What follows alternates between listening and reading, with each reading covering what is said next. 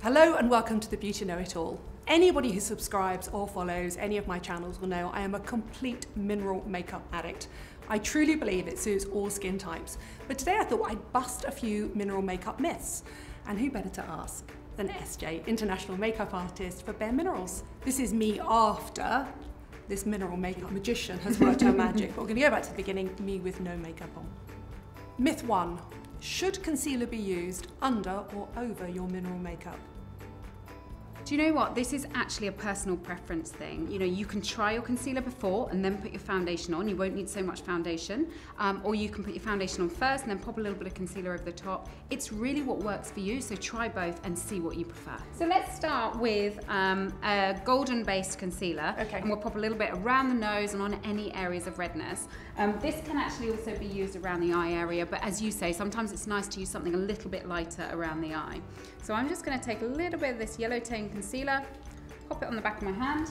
So I'm just going to pick this up, the product up, using the maximum coverage concealer brush, and let's pop this around the nose on any rosiness. That's the one I use. So instantly, the yellow counteracts the redness. Yeah, it's literally gone. Do you know, it's really interesting because when I was talking to my niece, who was my last person to convert to mineral makeup, she said, oh, it doesn't give enough coverage for me.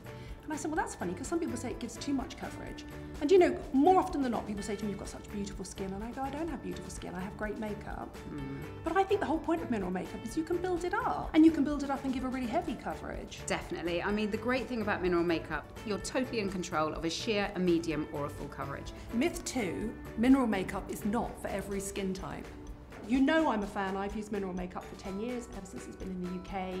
Why do people think you can't use it on all skin types? Because I don't believe that. I have converted my mother, my elder sister, my niece who's got problematic skin, my gay best friend who presents on TV, and a beauty editor, all to mineral makeup. So that's every age from sort of 18 to 80.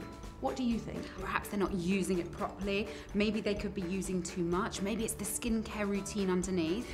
So all we do, tap a very small amount of BareMinerals into our lid. I'm just going to swirl my brush into the mineral foundation. So we've loaded our brush and the minerals are basically going down into the brush. Yeah, because it works like a sort of a fountain pen. Slowly, as we buff into the skin, it's going to morph into the skin, work with the natural oils of the skin, work with any primers or moisturizers you've got on, and you should just get a beautiful, smooth finish that's going to kind of bring everything together that you've got on your skin and just give you a flawless look. Because that feels like I've got nothing on my face. And another thing people say about mineral makeup is it's ashy and flat. Does my face look ashy and flat?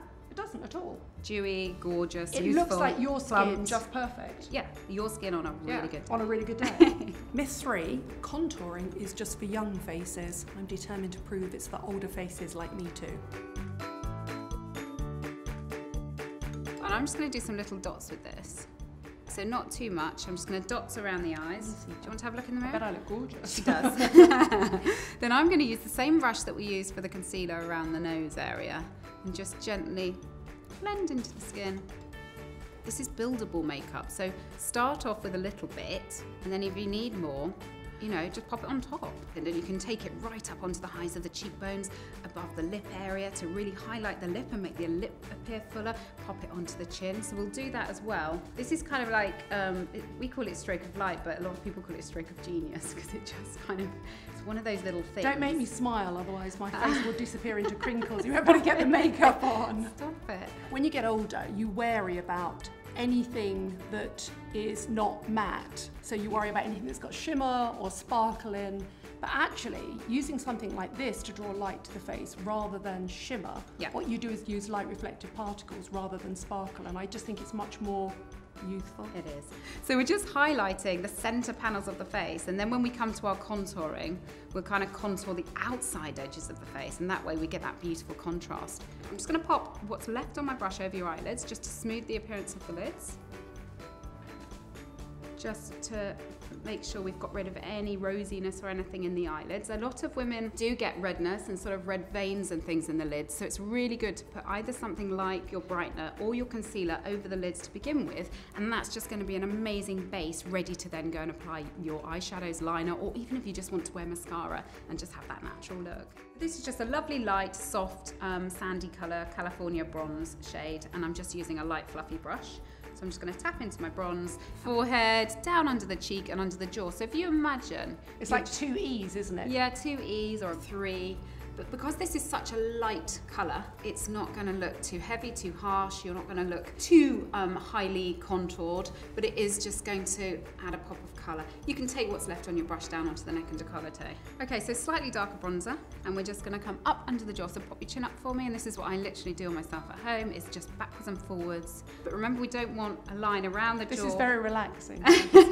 And then take it down the centre of the neck, and then just a little bit onto the décolleté. So I'm going to push back the appearance of the lid by using my contour here. So I'm using a soft fluffy brush, and we're just going to come slightly above the crease contour just to lift the appearance of the eye there. We don't go up into the brow, we want to leave a natural highlight underneath the brow bone. Do you use a liner under the eye? Because I like to use a soft shadow under the eye. Not under here, I don't, because I'm wary of my eyes looking smaller. One tip I quite often use on myself and any of my models that are kind of 35 plus is a little bit of bronzer under the eye. You create the illusion of shadow. And thicker lashes. But you don't get the line. So would you use exactly the same bronzer you use for your contouring? Yeah, I do use the bronzer I use for my contouring. Let's use a little bit of the Skinny Dip. You could even use a tiny bit of your blush. The other thing is not joining up either side, so just keeping it in the centre and kind of coming down a little bit further will give that roundness, that openness to the eye. So if you just look up for me, I'm just going to take it underneath the I love that. I've been a beauty editor for 25 years and I've just learned something. Oh, well, I'm glad that you... Using bronzer under your lower lashes. The other thing about this is, because you've got such beautiful brown eyes, you know, we're using a tone that's going to really bring the eyes out. So would you not use that? Would you use a different one on your blue eyes? No, I would use the same, because if you think orange and blue or orange and green, so it works for anybody. And in a way you're mimicking shadow, aren't you? You're mimicking shadow rather than saying, look at me, I've got my eyeliner on today. And we're not joining it up at the edges, we're just taking it down the centre to create a little bit of shadow and a little bit of roundness and volume to the eye, but without saying, wow, I've got, you know, loads of liner on today. I already use this. I love this colour. I was going to go for this, but I thought you might want something more nude. No, I love this colour. Right, let's just whack this on. It's I love gorgeous. this. So because it's a gloss, you don't really need a lip brush. You can actually just go straight in over your lip liner, take it right to the edge. They smell amazing as well, don't they? This is a great colour on you. It's a good colour, isn't it? Yeah. I think it's a kind of suits all. So this is the finished daytime look. Really straightforward, flawless mineral makeup skin, created with makeup, not with my skin, and a really nice daytime look. I'm so glad that we've managed to bust a few myths today. And you look absolutely stunning. Well, I had to put myself on the line, didn't I? So you saw me with no makeup on. This is me with my finished look to prove that mineral makeup can work for absolutely anybody.